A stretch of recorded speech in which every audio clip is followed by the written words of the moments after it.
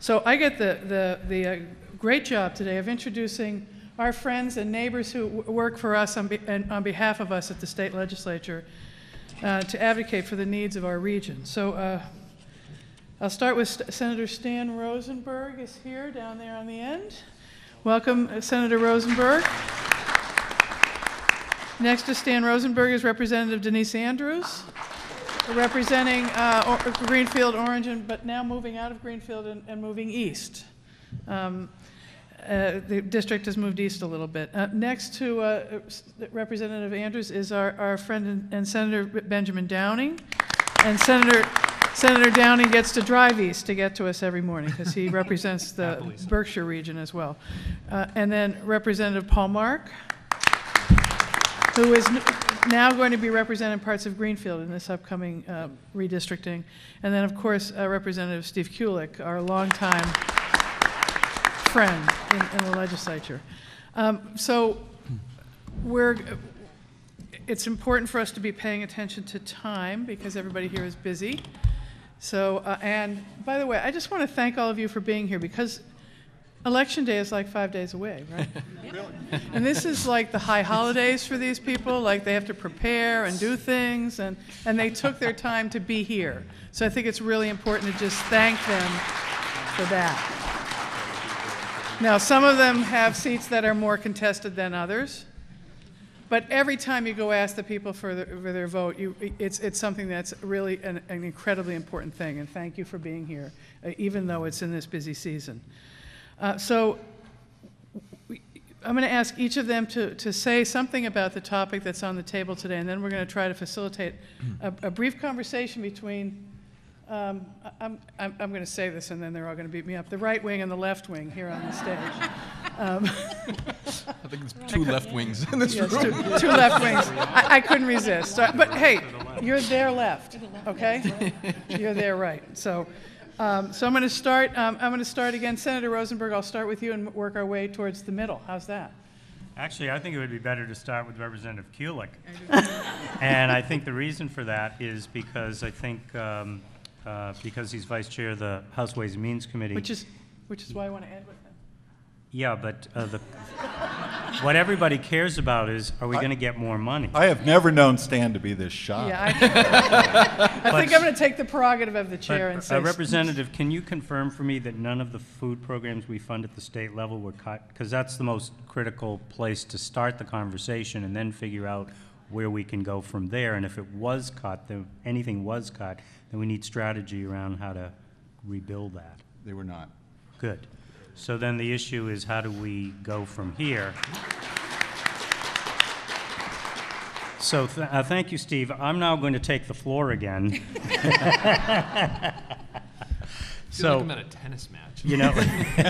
And just, I'm going to give everybody just a couple minutes. So. Yeah. So you know, we're a very close working delegation, so you see we have fun working together. But I thought it was important because he was at the conference table, so he knows in detail what was happening, and if any of them had been cut, he could have described and discussed that. But the point is that they weren't cut. Now we have to figure out what we can do going forward. And probably the single largest issue that we're going to face is what happens in Congress with is it called the sequestration process, Congressman? And I'm not going to take your thunder because you need to obviously talk to us some about that. But from a state perspective, we are sort of sitting on the edge of our seats waiting to see if the federal government is able to resolve the budget issue without going forward with massive cuts that will happen either automatically or by decision, cut a bunch of things that we care about.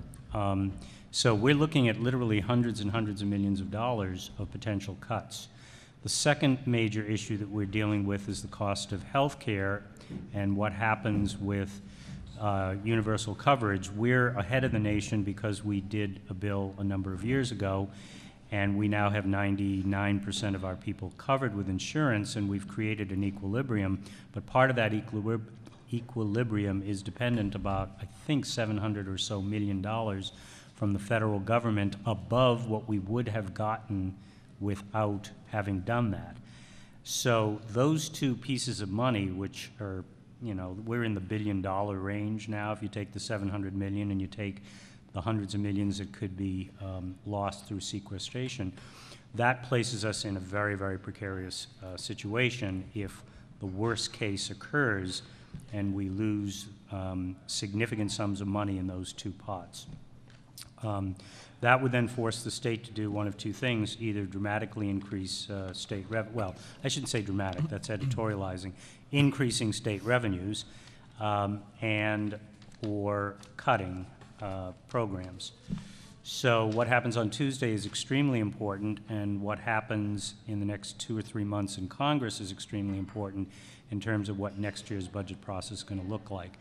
So in order to grow what we already have, to protect and grow what we already have, we're going to have to work really hard. We're also going to have to be thinking outside of the box about what we're going to do if the worst case scenario or something approaching the worst case occurs. And so far, the only discussion of revenue in Boston in recent times has been around transportation. And that said, if we start actually discussing seriously revenues for transportation, then we might also be able to broaden the discussion to some extent. And then the question is, what else could get put on the agenda within an affordable, balanced, progressive program, revenue expansion program for the Commonwealth. State Treasurer has said it's time to grab the e-tax. People who are buying online without paying the sales tax, that's worth $328 million. We don't need all of that for the transportation. So there would be room even if we just did that. But I suspect we're not going to do just one thing like that when we finally get to the revenue discussion. So we need to know what we need, how much it's going to cost, and we need to be organized to put this on the agenda. I'll stop there because I think my time is up. Your time is up. Thank you. Representative Andrews. It's great to be here this morning, and clearly Tuesday is a defining moment again in our country, where we have leaders that step up and care about their neighbors and are accountable both to themselves and the greater good. So I really encourage folks to get out there and put in office who you want to lead us into the future.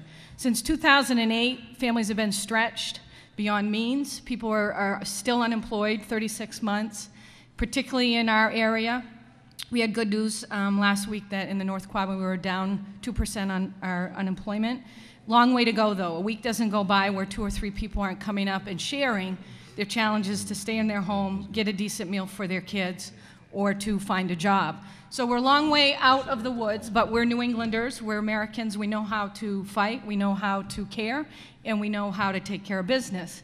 The thing I love about this community is, as Claire said, it is a network of care and a network of action.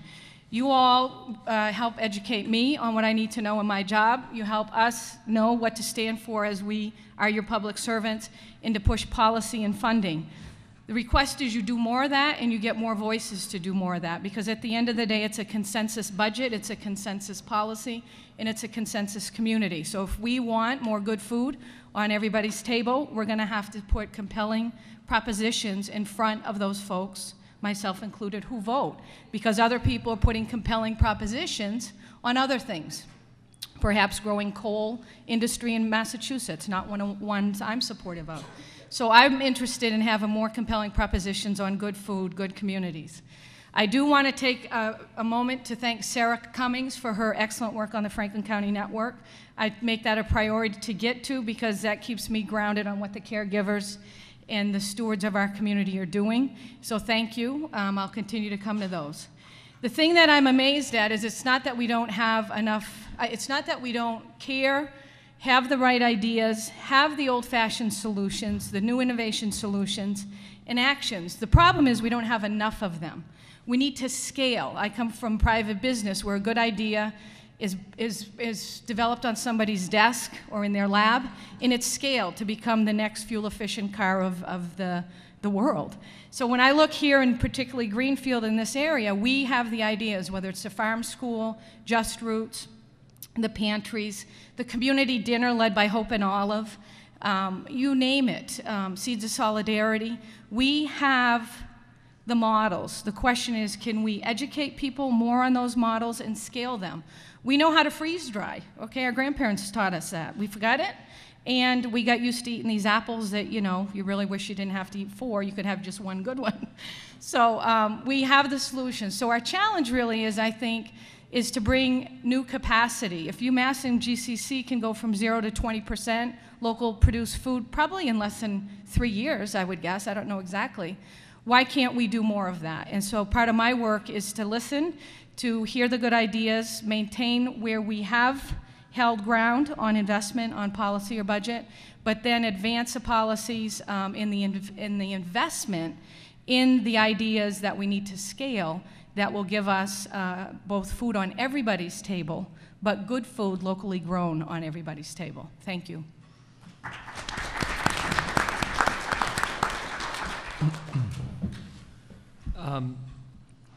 I think you're going to hear a lot of common themes from all of us this morning, and I think we all want to get to the Q&A, so I wanted to hit on a few points. I think as I was sitting there listening to the previous panel talk and the idea of a tax break for folks who have a garden or a farm, farm in on their property or at their homes, one of the things that came to mind was how we treat energy policy and giving people a tax break if you put a solar panel on your roof, or a requirement for our utility companies to purchase a certain amount of renewables each year, escalating as we get towards our goal of 100% clean energy. And I think while it isn't as easy to do when it comes to our food infrastructure because we don't have food utilities, certainly we have distributors, certainly we have producers, and certainly there ought to be some way to require them to begin to ramp up the amount that they purchase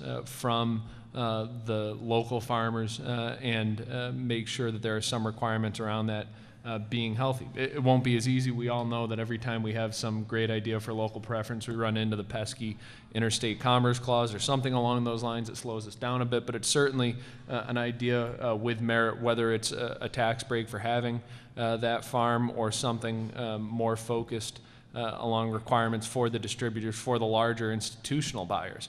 I think we're in a great position here in Western Mass because clearly our institutions have been leaders, in particular the institutions of public higher ed and K through 12 education, but we probably need to do more to engage the other major employers in the region who are purchasing significant amounts themselves and try and see what we can't get out of them for commitments towards what ought to be a shared statewide goal, but one that clearly will benefit this region because we've done so much on it. I think we also need to, and this again speaks less to any direct policy or program, but towards our thinking. If you look at food and agricultural policy in the United States for the last 30 years, it's all been about how do we reduce cost, and in many ways reduce cost with ignoring the variety of other policy goals that food policy affects, whether that's public health, whether that's economic development and jobs, and perhaps most importantly, whether that's hunger and food security. And I think we need to figure out a better way to balance those things. And I think the balance there is not only how you get the scale to be able to deliver what we all see as an important public good, but at the same point, also having the redundancy that you get from stronger local economies, so that when a single large distributor leaves a region, you don't have a food desert that's created because of that. And I think those are things less that any one policy intervention is going to do, and more that we just need to keep in mind, both when we're debating the budget and when we're trying to think about different strategies to implement those programs.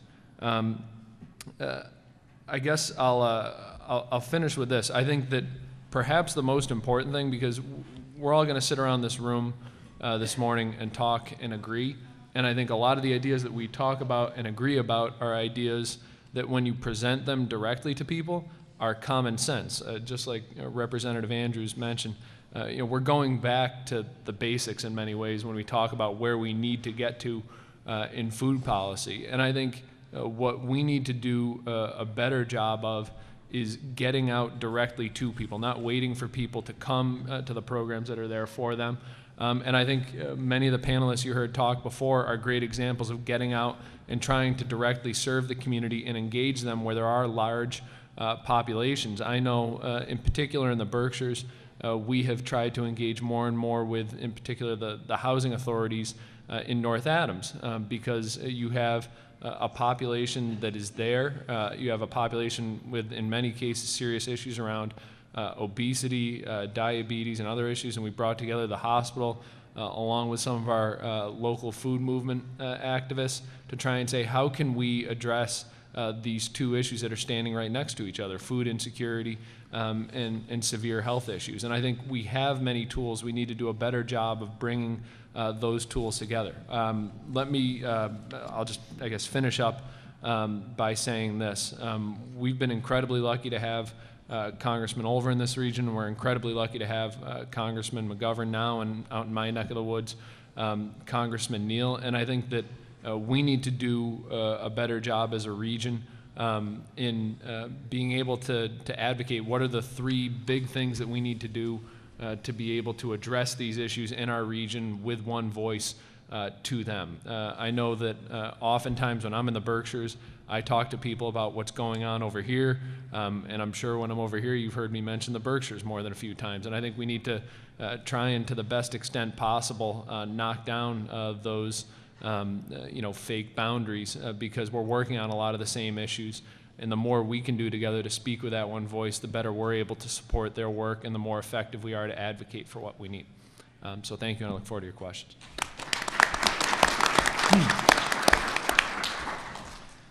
I represent one of the most rural districts in the whole state. I have 22 towns here in Franklin County, Berkshire County, and Hampshire County. So I was well aware of the importance of local farming, local agriculture, organically grown agriculture. And as a freshman representative, I knew when I got to Boston, I wasn't obviously going to go down there and start dictating orders because nobody was going to listen to me. So I tried to think of what would be one of the ways, some of the ways that I could have a real impact quickly. So I asked to serve on the Agriculture Committee. As my predecessor, Dennis Geyer, had served. I know Representative Kulik has served on that committee, Senator Downing as well. And what I found, so we have a great Agriculture Committee with a lot of rural representatives, a lot of representatives from the coastal regions. But I found a real disconnect between the people on the committee and, say, the people that came in to testify before the committee. If we had a committee hearing on local agriculture, most of the people that would show up, people from Somerville, people from Cambridge, people from Malden, people that have no idea that any of this happens. When I would tell some of my colleagues from the eastern part of the state, hey, I have a couple of farms in my district. They said, what, did you move to Kansas? And I'm not making that up. That's a literal line.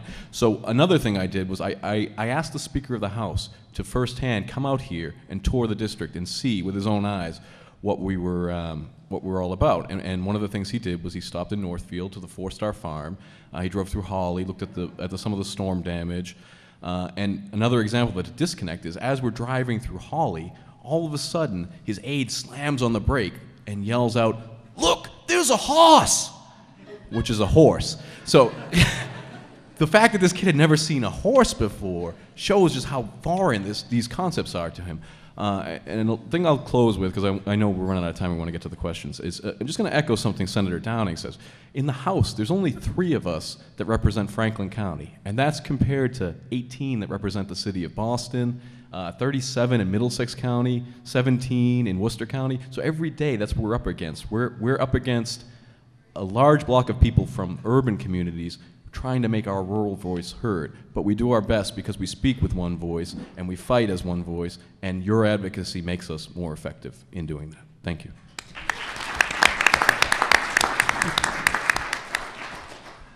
Good morning. I want to thank the Resource Network for choosing this subject. It's very, very timely and is on many people's minds. I want to thank the panel for their presentations. Each of them was really informative and complemented each other very well. And I wanted to mention to Jay, thank you for your list of suggestions for state policies and programs. And one, I want to mention quickly, one policy that's been in effect for about 15 years now to try to induce more institutional buying of local produce was we changed the law about 15 years ago in the competitive purchasing field, where schools and institutions always have to take the lowest responsible bidder.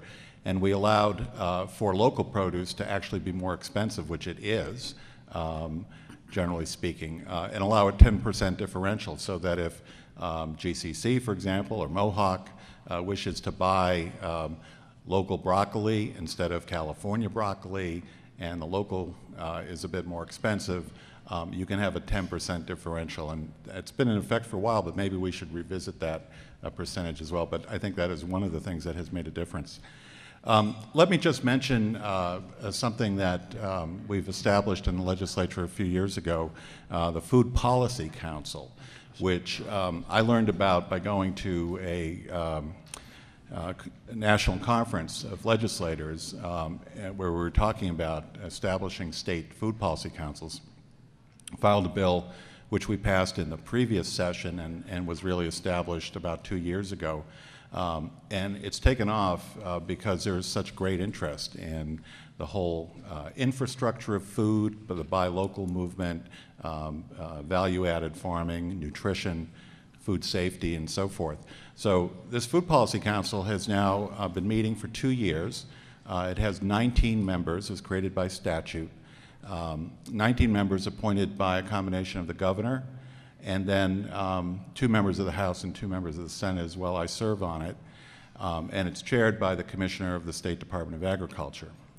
And there are a number of state agencies appointed to this, and they are all represented pretty much personally by the commissioners who head these agencies. The Department of Transitional Assistance, Department of Education, the DEP, Department of Environmental Protection, and so forth. And then also a number of non-governmental agencies who are appointed from, by the statute delineates that there shall be someone from a food bank type of program. So we have Project Bread is represented. We have school purchasing agents. We have a number of different a nutritionist, a public health specialist, and so forth. And then we also, so those make up the 19 people. And then there was so much demand for others who wanted to be members that we created in the statute an advisory committee, which again is appointed by the council. And we have all kinds of folks that represent farmers, food banks, organizations like CISA are participating. And we have been meeting 4 times a year for 2 years now. And each meeting gets more exciting and more dynamic than the previous one. Virtually every member shows up, and the audience is packed with members of this advisory council and the public who are interested in issues of agriculture and food security and nutrition. And we've been moving around the state, meeting at different locations. I think we're coming to Western Mass in the near future, but we've met in Holyoke and other places, usually connected to agriculture in some way. And so we are dealing with these issues. We're trying to come up with a statewide food policy that deals with issues of lack of access and affordability to fresh, nutritious food. We're dealing with hunger issues, distribution, preservation of farmland, and so forth. And that's how we envisioned this. It's really working the way we hoped it would. It's cross-pollinating all kinds of different viewpoints and expertise on food issues. And the exciting thing that's happened is we've gotten the attention of a number of foundations who are interested in issues of hunger and food security, led by the Kendall Foundation. And they are proposing to us that they would like to be major funders of the development of a state strategic food plan for Massachusetts. And this is something that a number of other states have undertaken. The gold standard is our neighbor Vermont, who spent almost $1 million over 2 years, and last year issued a strategic food plan, which deals a lot with hunger and distribution and production issues.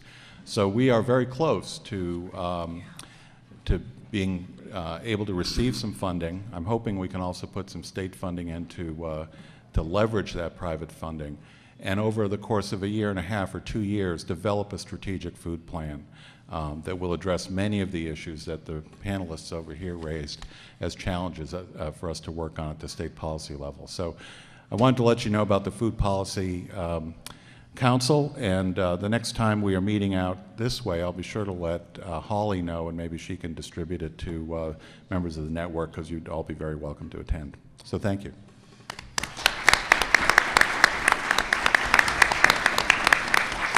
Thanks to our delegation.